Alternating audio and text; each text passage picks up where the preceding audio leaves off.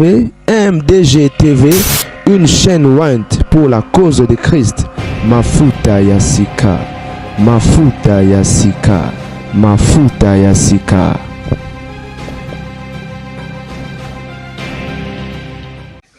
Bote bande ba bolingo zalinga obino gadia di temple kana ka d'actualité le moko nengo to beta masolo ya basantu nini moto epeli. Ya momo apesi message moko lelo na église na culte sur banzembo to yembara na ba culte alobi nini. Alobi moi il y a des chansons religieuses que dans mon église on ne chante pas. Dès qu'elle est chantée, les chanteurs est suspendu. Selon plusieurs internautes, cette déclaration viserait notamment une chanson du pasteur Mike Alambay produite par Madjabou. Moïse Mbila a-t-il raison d'interdire certains chants religieux dans son église ou cette décision limite la liberté d'expression dans les gospels? Tout ça, là, moi, analyse moquée, analyse ya bassage, ok? Voilà. Il y a un moment lobby, et ça, banze mon sous na église na ye, banze mon sous ya nzambe na église na ye, adona dimye. Et yemba marate, une fois qu'on meki ko yemba yo yembi nze mona ba ko suspendre yo. Église, il faut la structure, église, il faut la et bah règle église il faut zalana parce qu'après tu es église, ok? Voilà. Mambo salima na désordre de mambo salima aiko salima ndenge mutu nyonso alingite il faut ba norme za la ordre et zala. Alors ce qui église est tambusa mindenge batu balingi c'est que des ordres zali. Na cadre ordre il faut ba restriction mo ba limite mo ba nini to ça l'analyse, ok? Il y a un moment lobby, ils ont bandé mo na église n'emba marté so meko yemba ba suspendre yo. Motu nezali quel genre ya banzembo et pona nini. Ce qui est vrai na banzembo o ngano to yebi to yo kara ya ba gospel, ils ont banzembo mususu banzembo yemba te. Je crois que vous êtes d'accord avec moi sans toutefois to mentionner nzembo songolo to penzembo pakala mais to yebi ils ont banzembo ba to bele ba critiquaka. Ils ont banzembo yo et ils ont atteint la sensité. Nzembo yanzambe mais en sensité to yebi hein sans toutefois to bana kotanga ba kombo ya banzembo na ba artiste ba jara banzembo bongo. Moi je crois il a raison ya koloba ndenge wana. Ah oui, a mentionné banzembo ngote bon alobi le pourquoi te. Moi je crois et par rapport hein surtout l'obito ça l'analyse peut te juger selon bon moto. On ne peut que dire ça. Si quant à la spéculation parce que baton sous soit lobby certainement il y a mentionné te atangi kombo te à lobby te que nzembo artiste songolo nzembo songolo et puis ba raisonnable le pourquoi non à lobby car que non il y a de ces chansons dans l'église nangi ko yemba mate so yemba mi artiste ça suspend mais moyemba ça suspendé. Bon, il n'y a pas que lui, hein. Il y a un pasteur Mogo. Banzembo, il y a déjà. Il y a la forme de lamentation. Il y a l'église, il y a qui ça. Banzembo, il y a Bajar, il y a. Loba, Liloba Mogo, Pona, il y a Banzembo, mais là, on sous Banzembo, et ça, là, on dit bien, tout peut se passer vraiment difficile, Banzembo, il y a. Na mituni nzambe alinga kaya ngote do na église neso par erreur oyeba hito ngozo kata hein mutu na mutu baza na façon na bango ba église na église pasteur na pasteur azana façon na a fonctionnaka. Alors quand à ngambu ya rando ta polémique buzz spéculation ba lobi que certes ezakaka banzembo ya Kalambai oyo Madjabou et produisa balobi yango pona nini ngana yo to yebite nga personnellement na yebite. Ce qui est vrai tango Madjabou et banaka ko sala ba concours na yango hein to yebi ke banzembo Moïse Mbila bandaka ko yemba matin na compétition wana eza ko samba te. Banzembo Mbila bandaka ko yemba matin na compétition wana parce que to yebi ke Madjabou nambi bayoka na raté eza ya kosamba te. Kalambai nambi bayoka na raté eza eloko biso tout to yebi. Alors bande ko nyonso oyo ba sazarda tope na libaku bameka koyemba banzembo ya Moïse Mbiye ata moko alekate. Ata moko alekate. Bao bazala na mwa chance moko mi balo bazala na chance eza bayembisa bango banzembo mususu eza ba image o etambola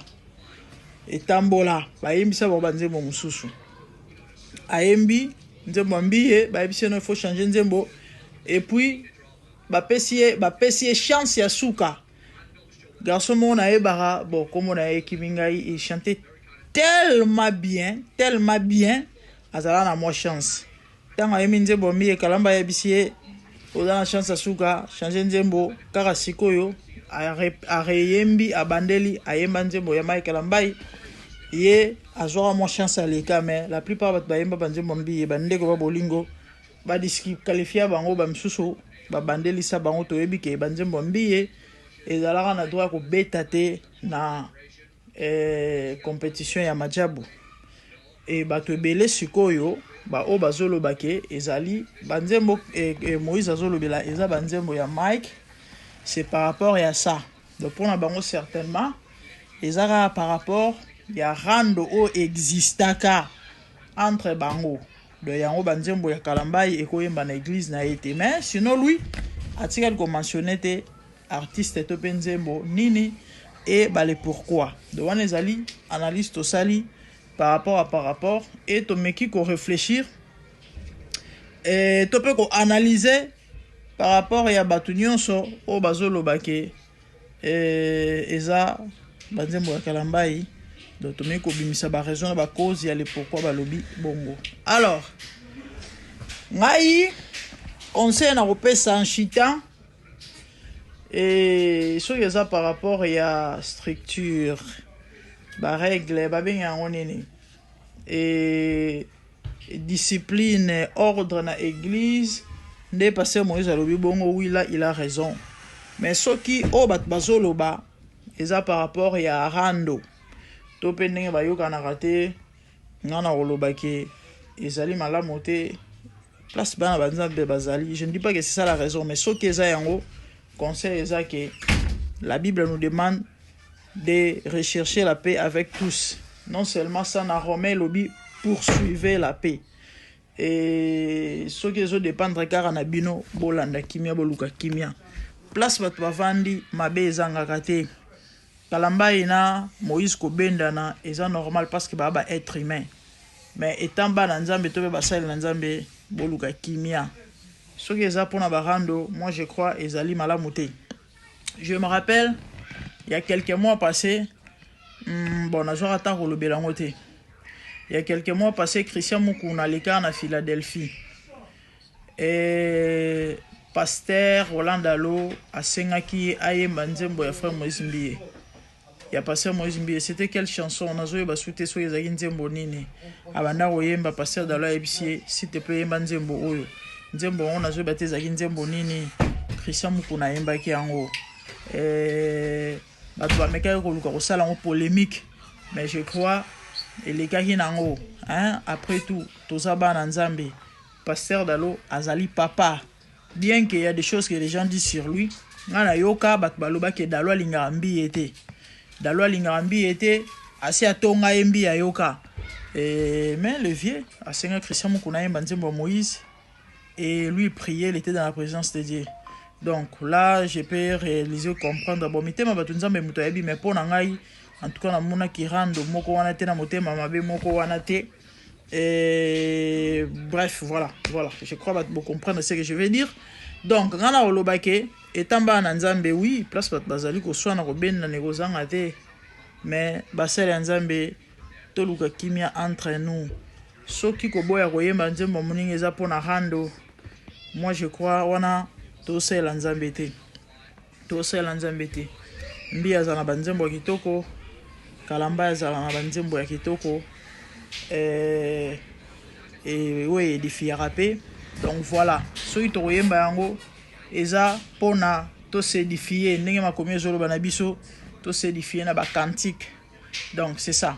Donc conseil na ngai na batata wana pe na bana na nzambe nyonso ezali poursuivons la paix. Recherchons la paix avec tous. Bobenda na ina ndeko etamba na nzambe lelo boyokani te lobi bobongisa parce que toyebi ngonga te toyebi mokolo te botande liwe ezosurprendre bato oyebi te lobi ekozala tour na yo oloba nini omema sango nini bisika okokende. Voilà, c'était ça les messages d'aujourd'hui. Passe les mots, partagez.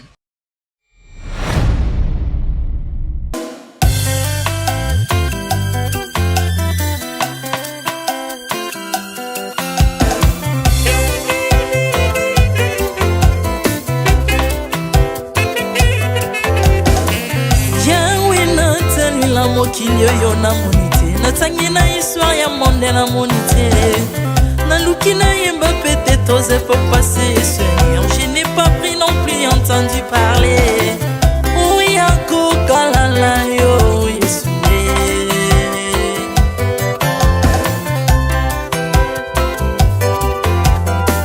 même na domaine ya sorcellerie nationale atana oyo ya international papa na yo kisangwa banzamba mokili yo mokota kufa se kwa lokola yo Yesu nanya voyage lokola yo nanya wakoka nino ya wanzambe uni masomo ya ekusu konanga okufose kwa poyo zali nzambe Yesu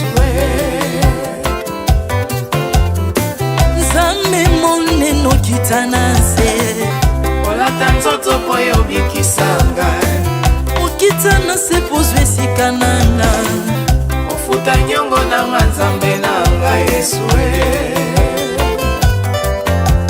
ozali nzambe onkote ya okani na yo ozali nzambe obongwani te Yesu Yesu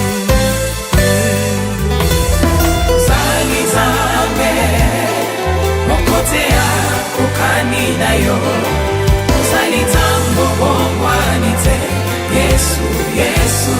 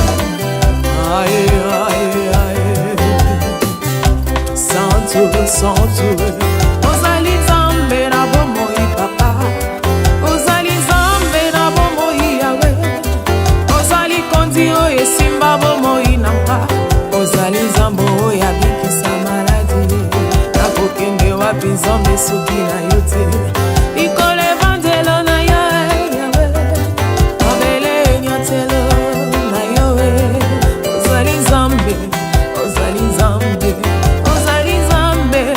kote lokola yo Zambe na ngoya olatike mo vanzina bosotu ozinga bina bangelo bakoyemela kayo tomo pe papa Artamon tu m'as rendu intouchable Artamon tu m'as rendu invincible Aliwana yo tu komine la santu Lise kwa na yo tu komine balongi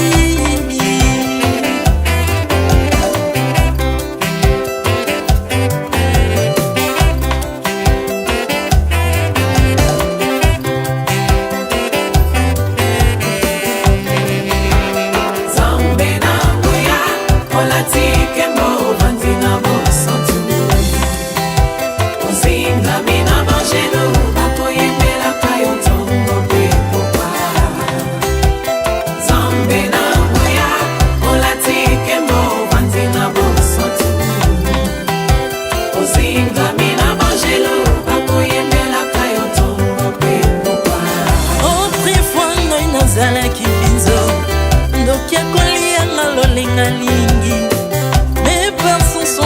métamorphosé osimi mosambwe maladie na biso bolingo bebi naza toxique grâce à lui.